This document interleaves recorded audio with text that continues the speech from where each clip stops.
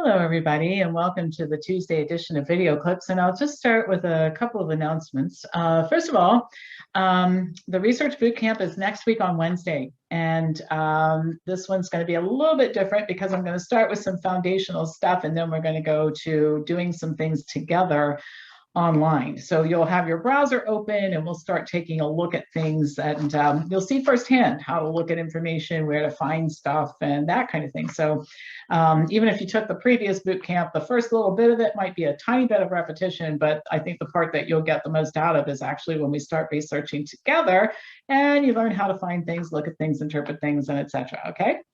Second thing, fall semester starting in a couple of weeks, so it really is time to get yourself enrolled. And if you're thinking about career change, if you're in the healthcare business and you want to change to a better version of healthcare, good time to talk to me.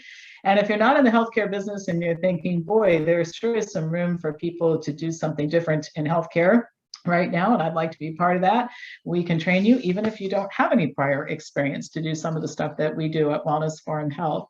And last but not least, if you read the newsletter yesterday, you saw an announcement for our breast and prostate cancer initiative. It's called Defeat Breast and Prostate Cancer Initiative 2021.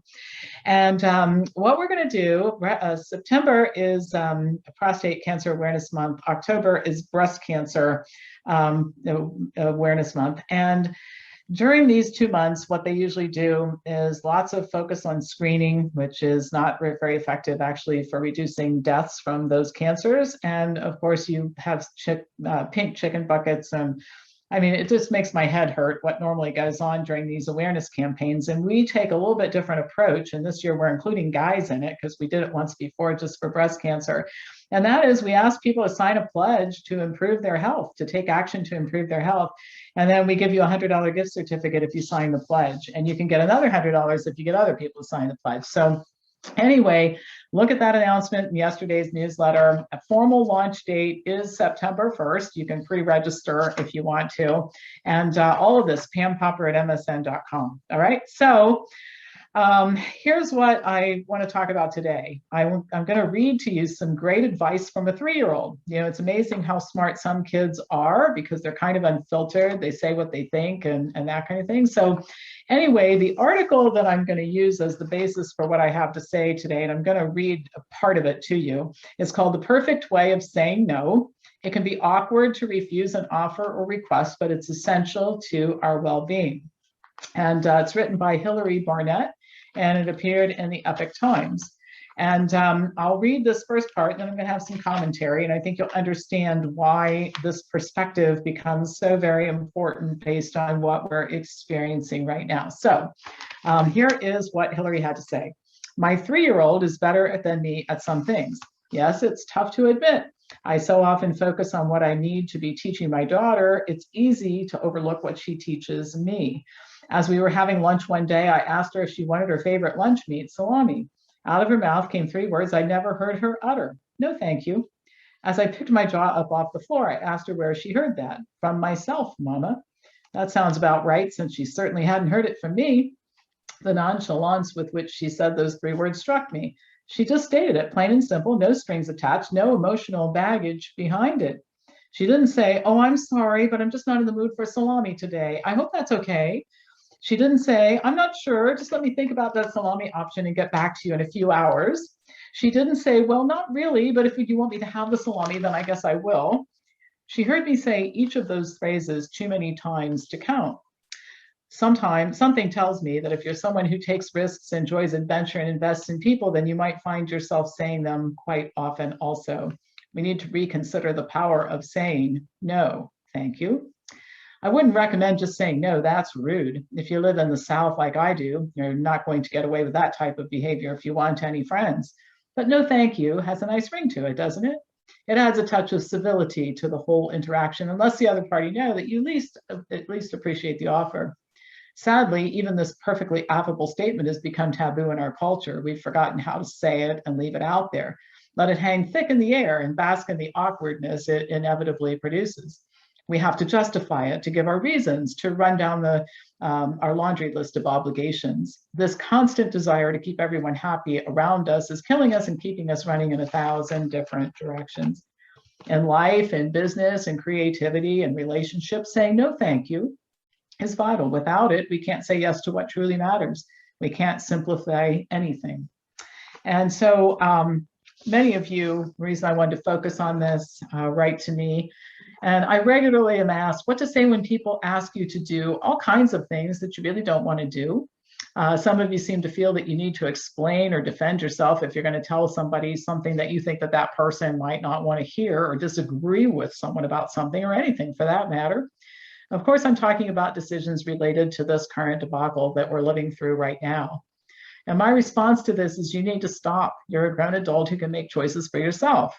Now, we all know this, but I think there is a tendency for us to want to please people. And I'm all for making other people happy. If I can do that, I want to, but not at the expense of myself. Pleasing others while compromising oneself is a recipe for profound unhappiness. And I think one of the reasons why some of you guys write to me is that you feel unhappy and you feel conflicted, and you don't have any resolution while you're waffling around trying to not make anybody unhappy in your world. The author of the article provides some advice, and I've kind of combined what she says with some commentary that I have. So what you hear from here is not reading from the article, it's a hybrid of my comments. So first of all, she suggests that we should all take some time to evaluate and get clear on our values. In other words, you should be able to list the things that matter to you most. One of my coworkers says, if you don't stand for something, you'll fall for anything. We're living in times, I think, right now where this is maybe more important than it's ever been in the history of our world, actually. If you don't know what matters most to you, then saying yes and no is going to be really difficult, because you're really not filtering based on your value system. And I think some consideration to what you value in terms of what's important to you is important. She also recommends determining which people and activities are draining versus those that are feeding you. If you have a feeling that your life is not quite right, it might be time to purge a few people and a few activities. I don't have any regrets. I can feel sad about something without regretting it, by the way. So I don't have any regrets, since the people and activities that are gone are not consistent with my value system anymore. Therefore, the need to determine what your value system is.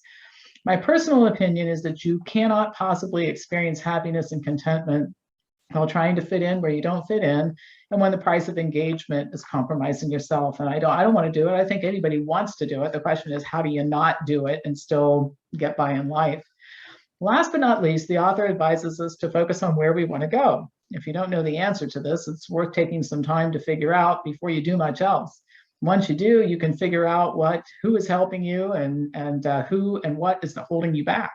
Obviously, getting rid of people and situations that are holding you back is a requirement for moving forward. But if you don't know where you're trying to go, then you're not really crystal clear on that. I'll add this, and I think this is maybe really important for everybody to consider.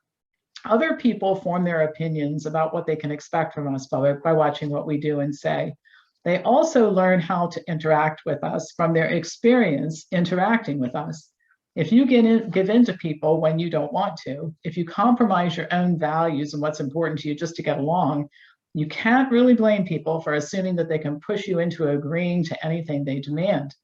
And furthermore, if every response is accompanied by elaborate explanations and defenses and justifications, then the message you send is that you're really unsure of yourself and that your decisions are not really final. This becomes a form of disrespect that we bring on ourselves, actually. So I've always, not always, but I think in the last 25, 30 years of my life, I've started to realize that how people treat me is in large part based on what I teach them about how to treat me. And so I can set boundaries, and I can behave in a way that brings on certain behaviors from other people. It may take some practice, but saying no thank you, or I won't be attending, or I just don't agree with this, definitively will generate more respect from others than people pleasing will ever do. It will also make your life easier because you won't constantly be pushed and pulled in so many directions and revisiting things all the time. I don't mind answering emails. I mean, if you ask me the same question 6 times, I might give you the same answer. And I'm not aggravated because you asked me. I'm sad because you feel like you have to keep going over and over it again. In other words, the fact that people keep making you feel uncomfortable enough to keep asking the question, that's what bothers me about the situation, because I can sense the distress and uncertainty in what you're writing to me. So perhaps maybe one of the many lessons of COVID is that we're getting to grow up a lot and very fast, right? Some of the things discussed here, like taking a stand, being firm and confident in your decisions, these are good things to aspire to anyway. And many of us are just being forced into being much more direct about it and confident about it than we needed to before. So I feel like I'm growing up every day in this. I'm doing my best to grow with this movement and grow into the situation in which I find myself today. And there's no way to possibly see that this is all fabulous, but there are ways to make this so that we end up in a better place in some respects. And so this is one of those ways in which I think we can. We can all become clear about our values. We can become much more clear on where we're going and what's important to us. And then we can start behaving in a manner that takes us in that direction and takes a lot of the uncertainty and angst out of our daily life. All right, I hope this is helpful. If, as usual, pass this on to anybody who you think would enjoy watching it, and I'll be back to you tomorrow with more news.